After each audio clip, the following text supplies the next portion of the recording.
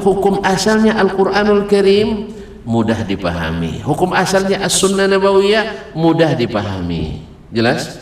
Makanya kaum muslimin dan muslimat rahmati Allah, kalau demikian maka Ahlus Sunnah itu lebih memahami dalil daripada selain mereka. Karena apa? Karena mereka memahami Al-Quran dengan Sunnah Nabi Sallallahu Alaihi Wasallam. Karena apa? Allah katakan, wa anzalna ilaika dzikra litubayyana lin-nasi ma nuzzila ilaihim, dan kami turunkan kepadamu az-zikr Al-Quranul Karim untuk kamu jelaskan apa yang diturunkan kepada mereka. Nah, nabilah yang menjelaskan kepada kita dengan apa? Dengan hadis dan sunnah. Oleh sebab itu, memahami Al-Quran, memahami hadis menurut ahli ulama sunnah dan hadis adalah menafsirkan Al-Quran dengan Al-Quran, As-Sunnah dengan As-Sunnah An-Nabawiyah. Sehingga dengan demikian Ahlus Sunnah itu dalilnya tidak lepas dari Sunnah Nabi SAW. Sehingga pemahamannya terhadap Al-Quran dan Sunnah benar-benar maksimal, benar-benar paripurna. Oleh itu kaum muslimin dan muslimat dirahmati Allah, oleh sebab itu beragama sebagaimana pada asalnya sangat-sangat mudah, sangat-sangat mudah. Ma ja'alallahu alaikum fid dini min haraj. Allah tak jadikan bagi kalian dalam agama ini hal yang menyulitkan. Makanya kalau kita ikut saja jalur yang telah ditentukan oleh Allah dan Rasulnya Sallallahu Alaihi Wasallam, agama ini menjadi lebih mudah, lebih senang, lebih simple daripada mengikuti teori-teori yang dilakukan oleh manusia terhadap agama ini. Dulu kaum muslimin, ketika sahabat ingin mengamalkan sesuatu, mereka katakan apa? Madza qala Rasulullah sallallahu alaihi wasallam. Apa yang dikatakan oleh Rasulullah sallallahu alaihi wasallam. Misalnya, mereka ingin salat. Kaifa shalla Rasulullah sallallahu alaihi wasallam? Bagaimana Rasulullah sallallahu alaihi wasallam salat? Lalu seseorang dari sahabat seperti Abu Hurairah atau seperti Ali bin Abi Thalib atau sahabat yang lain, Wa'il bin Hujur misalnya, dia langsung berdiri, lalu dia Allahu Akbar, lalu baca istiftah, misalnya subhanakallahumma wa bihamdik wa tabaraka ismuk wa ta'ala jadduk wa la ilaha ghairuk. Atau ketika Ali mengatakan Allahu Akbar kabira walhamdulillahi katsira wa subhanallahi bukratan wa asila. Nah, ada Abdullah bin Mas'ud misalnya, wajjahtu wajhiya lilladzi fatara as-samawati wal arda hanifan muslimah wa ma ana minal musyrikin. Dan lagi doa-doa iftitah yang begitu banyak, bervariasi. Nah, semuanya dari Nabi alaihi salatu wassalam. Lalu dia hafalkan itu. Setelah iftitah dia baca a'udzubillahi minasyaitonir rajim. Nah, tidak jahal kan? Lalu dia baca bismillahirrahmanirrahim, alhamdulillahirabbil alamin sampai salam.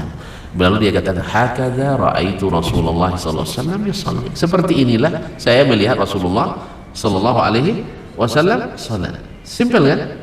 Tinggal lagi menghafalkan takbir awalnya, salam akhirnya, di sela-selanya ada takbir intiqal.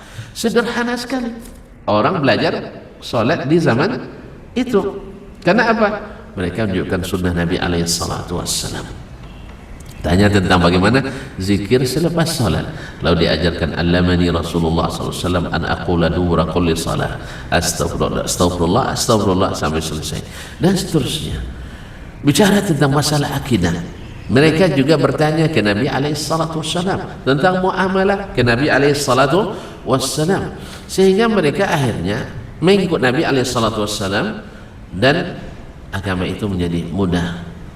Lalu ketika mereka tidak bisa melakukannya atau terlupa melakukannya atau tersalah melakukannya, akan ada ulama yang akan menegurnya. Pada zaman itu ulamanya banyak, ya, sedikit penceramah.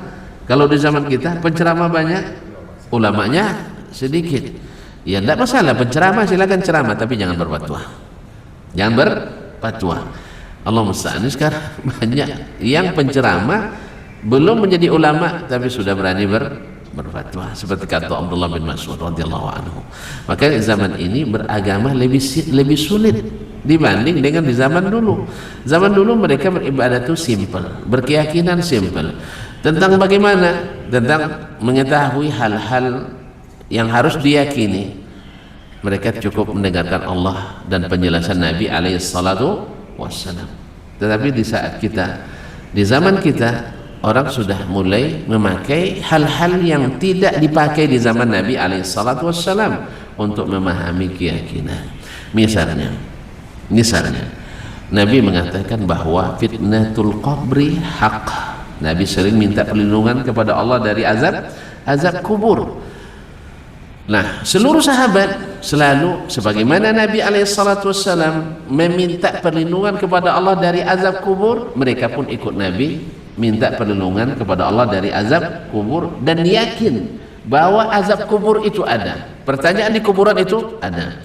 Lalu di zaman kita mulailah orang berpikir tidak dengan dalil, tidak memakai sunnah Nabi alaihissalam. Gimana? Diletakkannya alat detektor di dalam kubur, atau tape recorder, atau kamera CCTV yang di luar aja tidak bisa menangkap, apalagi yang dalam kubur. Dia lupa bahwa yang alam barzakh itu bukan kuburan, ini masih alam dunia. Kuburan tanah itu alam dunia. Maka ketika tidak terdeteksi, dia bilang ini hanya omong kosong Nabi. Pak subhanallah, balik lagi jahiliyah seperti dulu yang mengatakan Nabi berdusta. Sama. Bedanya sekarang dia sudah mereknya Islam, bahkan tokoh Muslim, tapi dia mengingkari Nabi SAW. Berarti dia paham dalil atau tidak? Tidak paham, karena dia bukan ahli sunnah dalam masalah ini. Ketika bicara tentang Allah Subhanahu wa Ta'ala, ya misalnya, ini bulan apa ini? Desember. Enggak, bulan apa? Hah? Bulan apa sekarang? Jumadal ula atau Jumadal akhirah? Ada lupa juga, gara-gara tentu lupa saya pun lupa jadinya. Udah hampir selesai saya. Ya hampir. Ramadan kan 4 bulan lagi sah. Jumadal akhir hampir selesai. Kalau tengok bulan mungkin 2 atau 3 hari lagi. Rajab di depan mata. Ya. Bulan Rajab depan mata ni. Tidak apa lagi, kita balik Muharram, Safar, Rabiul Awal, Rabiul Akhir, Jumadal Ula, Jumadal Akhirah, Rajab, Sya'ban, Ramadan. Berarti Ramadan berapa bulan lagi? Ya sekira 3 bulan, 2 bulan, iya 2 bulan lebih lah. Ini tidak pernah berdoa minta Ramadan cepat nampaknya, lambat lagi Ramadan. Kaum muslimin dan muslimat rahmati Allah. Bulan Rajab. Ya, saya bulan Rajab umat Islam di Indonesia ada tanggal merahnya kan? Ada tanggal 27 Rajab. Ceramahlah Ustaz di malam peringatan Isra Mi'raj. Nah, jadi Nabi SAW lengkap ceritanya, hadis Sahih Bukhari, dari Makkah Masjidil Haram menuju Masjidil Aqsa. Ini disebut Isra. Isra artinya berjalan di malam hari. Terus dari Masjidil Aqsa Nabi dimi'rajkan. Mi'rajnya kan kemana? Ya ke atas. Ke atas. Kan ada proses dalam hadis. Sampai di langit pertama diucapkan salam oleh Jibril, Assalamualaikum. Siapa? Jibril. Waman ma'ak. Belum dibukakan ini. Karena ketat penjagaan di atas. Ya, ketat sekali, super ketat di atas. Lalu ditanya, man ma'ak, siapa bersamamu? Muhammad. Aqad bu'itsa ilaihi, sudah diutus untuk datang? Katanya sudah. Bertemu Nabi Adam, ruhnya Nabi Adam di atas. Udah naik lagi ke langit kedua, prosesnya sama, langit ketiga, langit keempat, kelima, keenam, ketujuh, sampai lewat ke atas, naik Sidratul Muntaha. Sampai Nabi ke makam yang Jibril juga tak ikut di situ, bermunajat dengan Allah Tabaraka wa Ta'ala. Lalu diberikan perintah salat 50 waktu sehari semalam. Tuan-tuan, 50 waktu sehari semalam.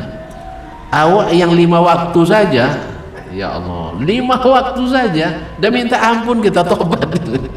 Ya, ini 50 waktu. Akhirnya turun kali Nabi SAW. Nabi kan tidak membantah, Nabi kan tidak boleh membantah Allah Subhanahu Wa Taala. Lalu datang sampai Nabi Musa di langit kelima. Ya Muhammad, khabirtu Bani Israel, saya sudah berpengalaman dengan Bani Israel. Tidak sanggup umatmu, koci-koci umatmu tuh. Iya, Bani Israel itu besar-besar orangnya. Tidak sanggup umatmu. Ya untunglah kita punya utang budi sama Nabi Musa alaihissalam ini. Besok cari Nabi Musa ya. Iya, cium tangannya sampai di sana nanti. Kita terima kasih Nabi Musa, engkau telah selamatkan kami. Yang 5 waktu ini saja, menurut survei 93% umat Islam tidak sholat. Nauzubillah. Semoga salah Pak ya. Semoga salah. Karena survei kan tidak seluruhnya. Termasuk di negeri-negeri katanya 93%. Kayak masuk akal juga kayaknya. Kalau nengok kondisi kita hari ini kayaknya masuk akal juga ya. Iya kan?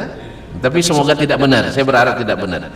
Alhamdulillah ini insyaallah dengan mengaji kita balik mengaji, insyaallah umat Islam yang tidak sholat semakin diminimalisir. Nah, ma'asyiral kiram dirahmati Allah. Turun Nabi Musa, sampai Nabi Musa bilang minta keringanan. Kemana Nabi? Naik lagi. Naik sampai ke makam tadi, minta ke Allah dikurangi 10. Riwayat lain mengatakan dikurangi 5. Ini Ustaz menceritakan ini sampai selesai. Turun lagi, dan berapa? Tinggal 40. Oh ya Muhammad, tidak bisa, tolong minta keringanan sama Rahmu, minta lagi. Umatmu tak akan sanggup. Saya sudah coba Bani Israel, tidak sanggup mereka. Akhirnya naik lagi Nabi SAW, turun lagi, naik lagi, turun lagi, naik lagi sampai tinggal 5. Dan Allah SWT Maha Pemurah Maha Penyayang, Allah jadikan 5 ini nilainya 50. Allah, makanya patut lebih baik daripada dunia dan 5 dihitung 50. Kalau sholat di rumah 1, kalau sholat masjid 27 kali 5 50. Allah, makanya rugi kalau tidak ke masjid, ya tak? Makanya rugi kalau tidak masjid. Makanya sahabat dulu paham hadis Nabi, paham sunnah Nabi, paham dalil, dia rata-rata mereka di masjid. Kalau kita sekarang yang tidak mengikuti sunnah, tidak paham dalil, akhirnya sholatnya di ruang sempit. Yang di kantor di sela-sela mejanya,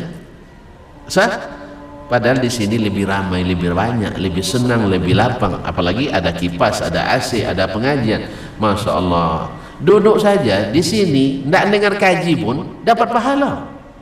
Coba bayangkan, datang dalam hadis kursi, ada orang yang datangnya entah ngapain datang, bisa saja ada kawan berhutang nak cari-cari, mudah-mudahan di masjid datang, kabarnya udah mulai ngaji dia sekarang katanya kan, dicari masjid. Atau mungkin ada sebagian nak nengok-nengok, jangan-jangan ustadznya banyak pula salahnya, kan macam-macam tujuan orang. Tapi dia duduk di majelis, Allah berikan ampunan. Allah. Makanya banyak orang setelah awalnya datang untuk ngintip-ngintip kaji, akhirnya kepincut sama kajinya. Alhamdulillah, benar itu. Karena diberikan ampunan, lapang dirinya, tentram jiwanya, masuk masjid ini menenangkan. Naik ke atas lagi, turun lagi, tinggal 50, tinggal 5, baru Musa pun sebenarnya minta lagi ke Nabi SAW, minta lagi ya Muhammad kurangi. Tapi Nabi bilang, dah malu saya, udah berapa kali dia pulak balik? Udah 5 kali, malu saya katanya. Akhirnya Nabi SAW menerima 5. Bukan dia tidak sayang sama kita, 5 kali bolak balik Ustaz. Sayang, antum paling kali coba disuruh istri antum belanja, suruh 3 kali nukar, gimana? Ngamuk. 2 kali aja tidak sabar kita. Iya kan?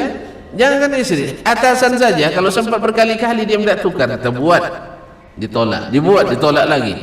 Akhirnya diusulkan yang lebih tinggi, Pak Kepala Dinas, ini kepala bagiannya tolong diganti.